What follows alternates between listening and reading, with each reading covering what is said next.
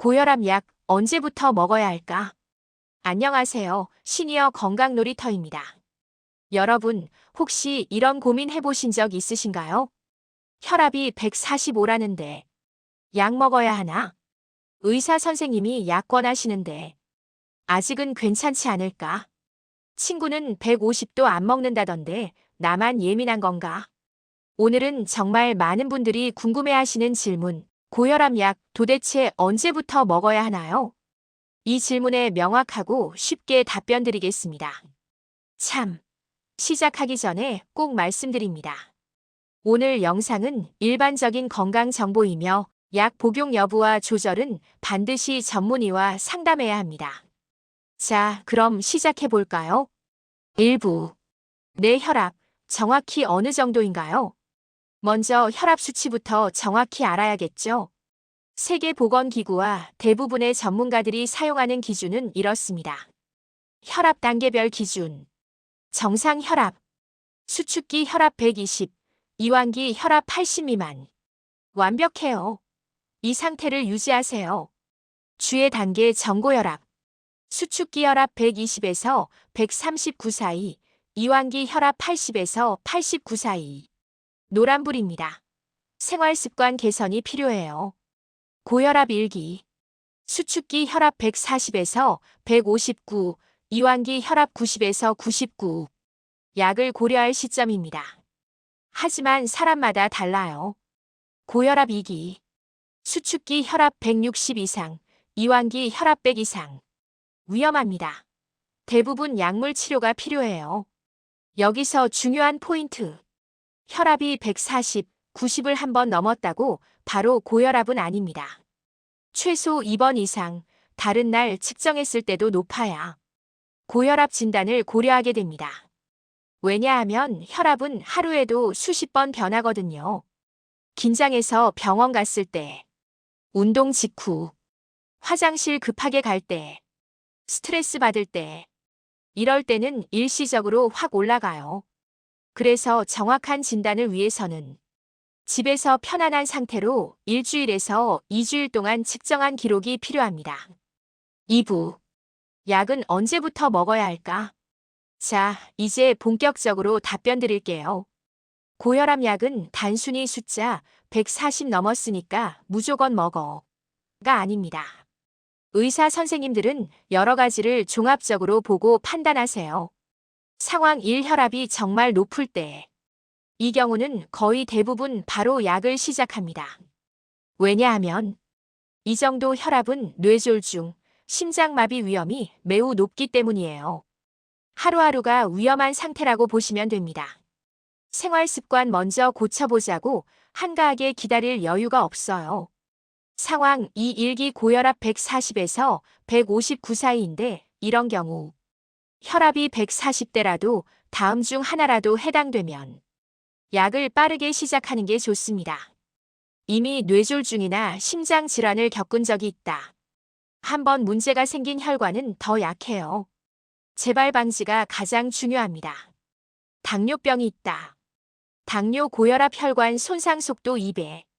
이 둘이 만나면 아주 위험한 조합이에요.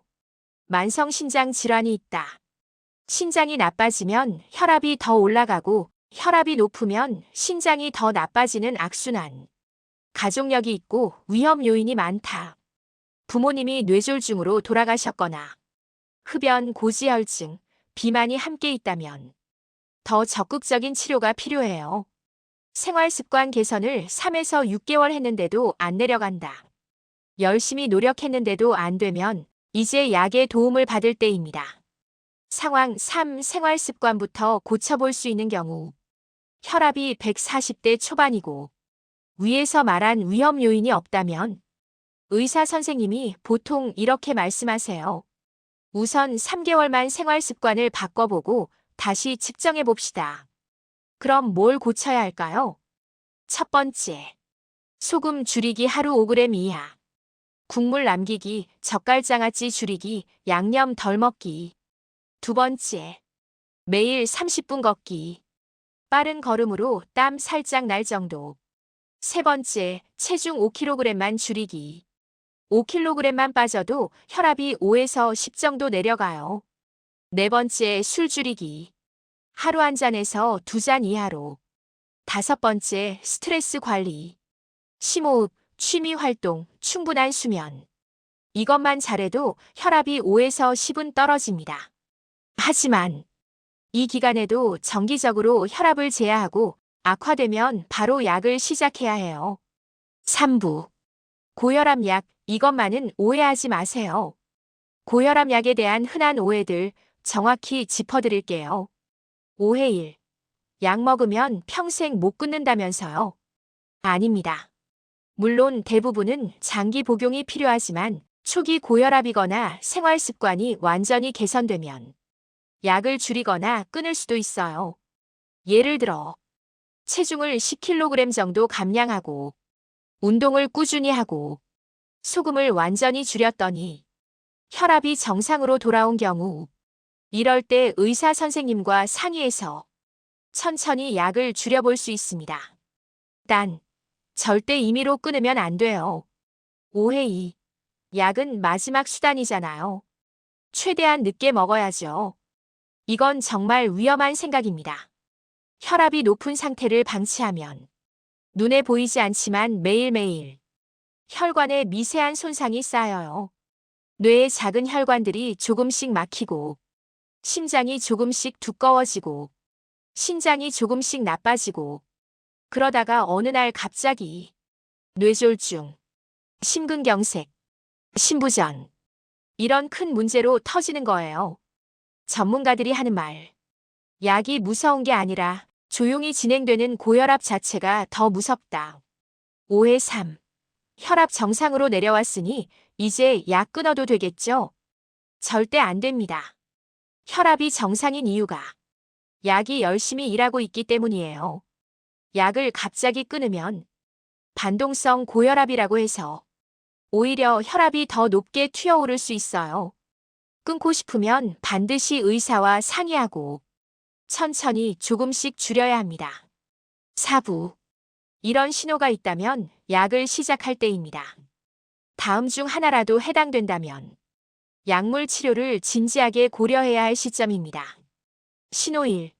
혈압이 꾸준히 140, 90 이상. 일시적이 아니라 계속 높다면 이제 약의 도움이 필요합니다. 신호 2. 생활 습관 개선을 3개월에서 6개월 했는데 변화가 없다. 열심히 노력했는데 안 되면 체질적으로 약이 필요한 경우예요. 신호 3. 아침 혈압이 특히 높다. 아침에 일어나자마자 재면 150 이상. 이걸 아침 고혈압이라고 하는데 뇌졸중과 가장 강하게 연결돼 있어요. 왜냐하면 뇌졸중의 70%가 아침에 발생하거든요. 신호 4. 증상이 자주 나타난다. 두통이 자주 온다. 어지럽다.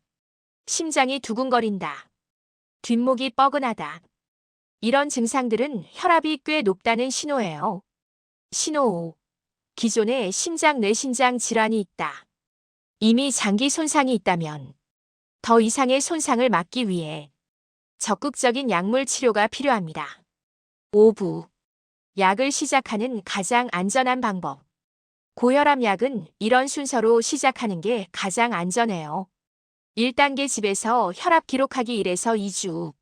아침에 일어나서 한번 화장실 다녀오고 앉아서 5분 안정 후. 저녁 잠들기 전 한번.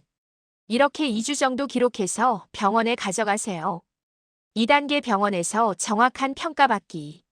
혈액 검사, 콜레스테롤, 혈당, 신장 기능, 소변 검사, 심전도, 필요하면 심장 초음파. 이런 검사들로 전반적인 건강 상태를 확인합니다. 3단계 가장 부작용 적은 약부터 시작. 처음부터 강한 약을 쓰지 않아요. 보통 이뇨제나 칼슘 차단제 같은 부작용이 적고 효과가 검증된 약부터 시작합니다. 4단계 2에서 4주마다 효과 확인하고 조절. 약이 잘 듣는지, 부작용은 없는지, 용량을 늘려야 하는지 천천히 조절하면서 가장 딱 맞는 약을 찾아가요. 이 과정이 있어야 부작용을 최소화하고 가장 적합한 치료법을 찾을 수 있습니다. 마무리. 자, 오늘 내용 정리해 볼까요? 고혈압 약을 언제부터 먹어야 하나요? 160, 100 이상이면 대부분 바로 시작. 140대라도 위험 요인이 있으면 빠르게 시작. 140대 초반이고 위험 요인 없으면 3개월 내지 6개월 생활 습관 개선 먼저. 개선해도 안 되면 약 시작. 꼭 기억하세요.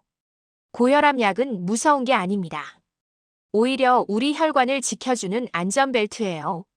하지만 언제부터 먹어야 하는지는 개인의 건강 상태에 따라 완전히 다릅니다.